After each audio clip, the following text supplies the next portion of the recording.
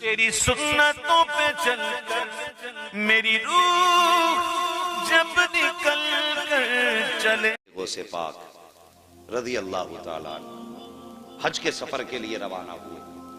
شور ہو گیا پورے بغداد میں، سرکار غوث پاک حج کے لیے جا رہے ہیں. آپ دیکھیے حضور حسن میاں آئے، خبر ہو جائے حسن میاں آ رہے ہیں، کتنی بھیڑ لگ جاتی ہے کہ نہیں؟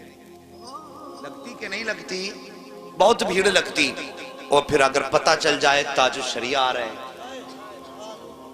پھر تو میدان چھوٹے پڑ جاتے.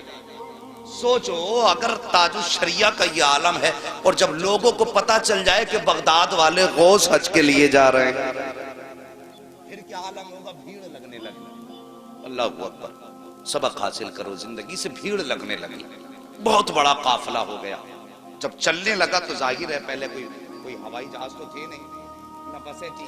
وہ چوپایوں والی سواریوں پہ لوگ سفر کیا کرتے تھے. یہی تھا نا، سفر کرتے تھے. جب سفر کرتے تھے پیدل تو پھر راستے میں پڑاؤ بھی پڑنا یہ بھی ضروری تھا، ٹھہرنا آرام کرنا. تو کچھ بستیاں راستے میں پڑتی تھی. وہاں لوگوں کو پتہ چلا غوث پاک ادھر سے گزرنے والے ہیں تو پتہ چلا یہیں قیام کریں گے. امیروں نے اپنے اپنے گھر سجا دیے، انتظام کر دیا غوث پاک میرے گھر ٹھہریں گے.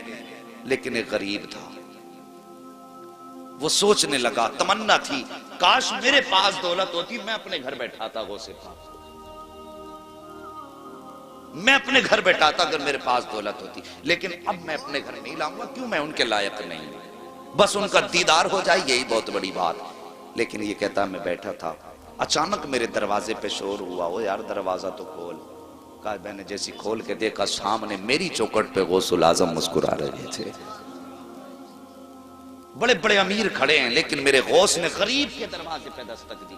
وہ کہتا میرے گھر میں کچھ بیٹیاں تھیں اور جن کی میں شادی کرنا چاہتا تھا، انتظام نہیں تھا اور مجھے ڈر یہ تھا غوث پاک کو ٹھہراؤں گا تو ان کے ساتھ لوگ بھی ہوں گے، ان کے کھانے کا بھی انتظام ہوگا. کہتا غوث پاک آئے میرے گھر میں ٹھہرے. فرماتے ہیں پورا انتظام غوث پاک نے فرمایا کھانے کا. ہے آج نذرانے لینے کا تو رواج پیروں میں نظر آ رہا ہے لیکن دینے والا پیر نظر. سوچو، خود سوچو، اگر میں غلط ہوں کہہ دو کھڑے ہو کے. دینے والا پیر. نذرانوں کا ایک تصور تھا پیروں کی بارگاہ میں کہ امیروں سے لیتے تھے، غریبوں کو دیتے تھے. اس لیے امیر جا کے دیتے تھے حضرت یہ نذرانہ. اب تو بھائی غریب بھی آ کے کہتا نا حضرت 50,000 کم پڑ رہے ہیں بیٹی کی شادی میں دعا فرما دیں، تو پہلے 100 روپے دعا کے لیے لے لیتا وہ. اس سے پہلے 50,000 تھے، اب وہ رہ گئے 49,950 غریب تھے. 50 اور کم ہو جاتے ہیں. مگر میرے غوث پاک اللہ اکبر قربان جائیں ایسے دستگیر زمانے میں کوئی نظر آتا ہی نہیں. تیری نسل پاک میں ہے بچہ بچہ نور کا، تو ہے عین نور تیرا. سبحان اللہ. سب کو نعت یاد ہے. اللہ سلامت. توجہ ہے. کہتا ہے میرے غوث پاک میرے گھر پہ ٹھہرے، انتظام کیا کھانے کا. اور پھر وہ کہتا ہے لوگ آئے نا نذرانہ دینے لگے، نذرانہ دینے لگے. کہنے لگا انتظام سارا غوث پاک کا تھا لیکن میری بستی میں میرا چرچا ہو گیا. لو اس نے غوث پاک کے سارے ساتھیوں کے کھانے کا انتظام کیا. کہنے لگا دیکھو کام ان کا تھا، نام میرا ہو گیا. اللہ اکبر. کہتا ہے جب سارے لوگ کھا چکے، رات گزاری، صبح چلنے لگے، میرے غوث نے مجھے بلایا اور بلا کے فرمایا ذرا قریب آ، اور سینے سے لگا کے کان میں کہنے لگے بیٹیاں جوان ہیں، انتظام نہیں ہے شادی کا.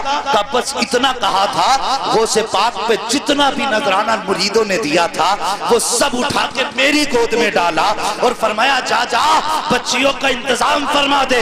وہ کہتا ہے بظاہر تو تھوڑا تھا لیکن اللہ نے اتنی برکتیں دی کہ میری بچیوں کی بھی شادی ہو گئی اور نسلوں کے گزارے بھی ہونے لگے. کون دیتا ہے دینے کو منہ چاہیے، دینے والا ہے سچا. ہمارا نبی غریبوں سے پیار کرو یہ میرے نبی کا فرمان ہے. اور یہ میرے غوث کی زندگی کا ایک بات آخری نبی کی بیان کر کے بات ختم کر لوں.